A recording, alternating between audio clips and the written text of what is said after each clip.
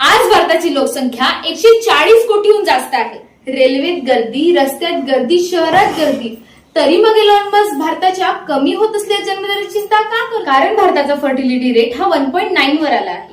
लोकसंख्या स्थिर ठेवण्यासाठी हा किमान 2.1 असायला पाहिजे.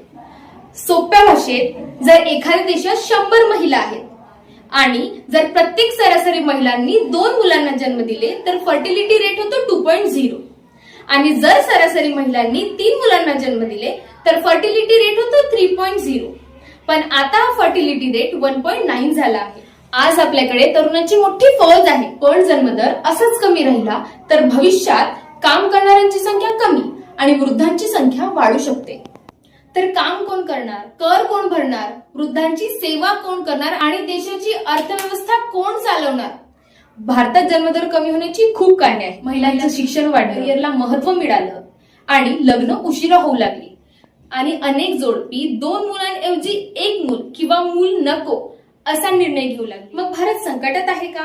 भारत अजूनही जगातील तरुण देशांपैकी एक आहे, पण तज्ञ म्हणतात जर जन्मदर खूप काळ कमी राहिला तर 2050 नंतर परिणाम स्पष्ट दिसू शकतात. म्हणजे आजची समस्या नाही तर भविष्यातील इशारा आहे.